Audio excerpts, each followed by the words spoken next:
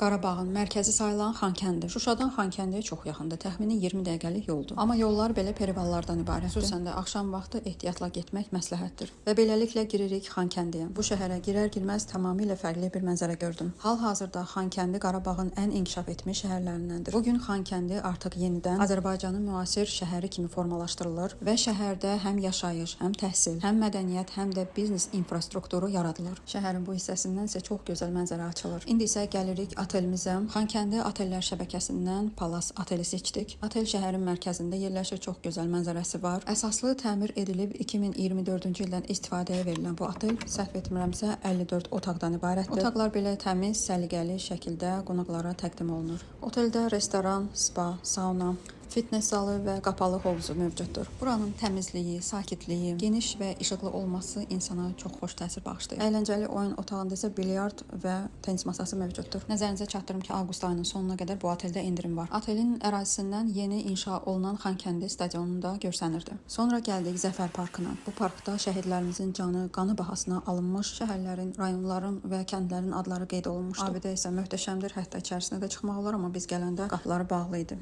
Və burada ermənilərdən qalan belə tərk edilmiş obyektləri tez-tez görmək mümkündür. Bakıda tanıdığımız şirkətlərin adlarını burada da görmək əlbəttə ki, çox xoşdur. Axşam yeməyimizi isə Salam Xankəndinin terrasında yedik. Buradan da belə şəhərin mərkəzi gözəl görsənirdi. Bu da otelimizin axşam görüntüləridir. Çox gözəldir. Onu da sizinlə paylaşmaq istədim. Səhər tezdən durar-durmaz ilk növbədə hara getdim? Əlbəttə ki, fitness zalına. Burada yaxşı məşq etdikdən sonra hovuza getdik. Sonra isə gözəl bir səhər yeməyi yedik. Səhər yeməyi isə otel tərəfindən İsveç masası ilə təqdim olunur. Oteldən və Xankəndidən çıxdıq. Yolumuz Laçınadır. Laçın postu isə çox maraqlı olacaq, qaçırmayın.